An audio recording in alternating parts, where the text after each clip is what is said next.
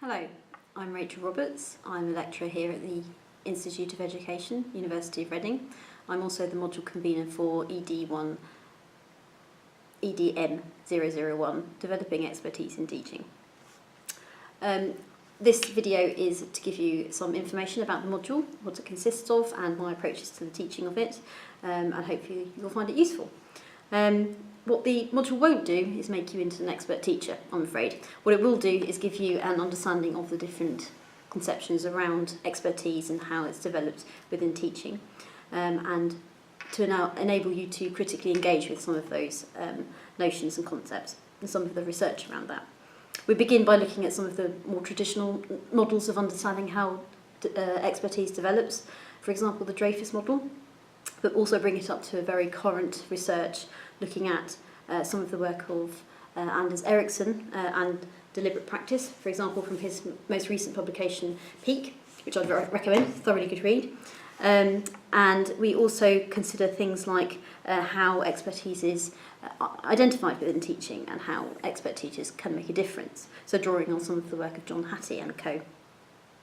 We consider some of the designations of expert teachers across the world, for example the highly accomplished teacher programme in America, which has been running for 25 years or more, and what that means and how useful it is and why it isn't universal, and even the names themselves, how they might indicate something about how expertise in teaching is considered within that context.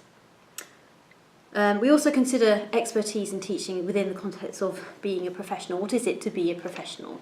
Is teaching really a profession? And how professional development occurs and how it might impact on the development of expertise specifically. We consider teachers in the different stages of their career in terms of expertise, drawing on some of the work of Donald Schoen and reflective practice, and also the use of CPD and things specifically like peer observation and the use of lesson study. Professional standards also form part of our consideration about the development of expertise, and we do consider this from an international point of view, so it isn't just about what takes place here in England specifically, and considering things like the nature of autonomy within teaching and how that might come into conflict with accountability measures in some jurisdictions around the world. We also consider the role of professional bodies of teaching, for example here in the UK the newly established College of Teaching and the role that they might play in developing and supporting expertise within teaching. We do consider some of the characteristics of expert teaching, for example planning and how novice teachers will plan differently to expert teachers, and the role that intuition and also reflection might play within that. I'm delighted to announce that we'll also be joined in some of the sessions by Dr. Nikki Hunt, who recently completed her doctoral thesis on expertise in teaching.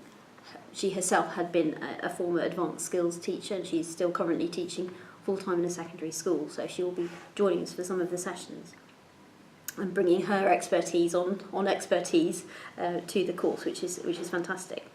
The sessions themselves are highly interactive. We do lots of group discussion and talking.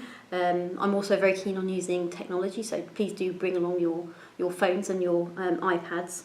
I do try to draw on your own personal experiences of teaching within the classroom, regardless of where you are in your career.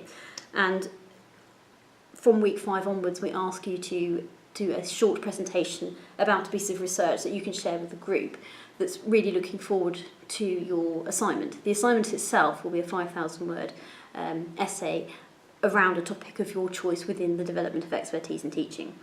And it's about you fostering your own experiences and your own areas of interest that you want to follow through. So I've had such diverse topics as characteristics of the expert teacher and critical investigations of different models of development of expert teaching, and ones that might be stated as a question, for example, how can a good teacher move to be an expert teacher?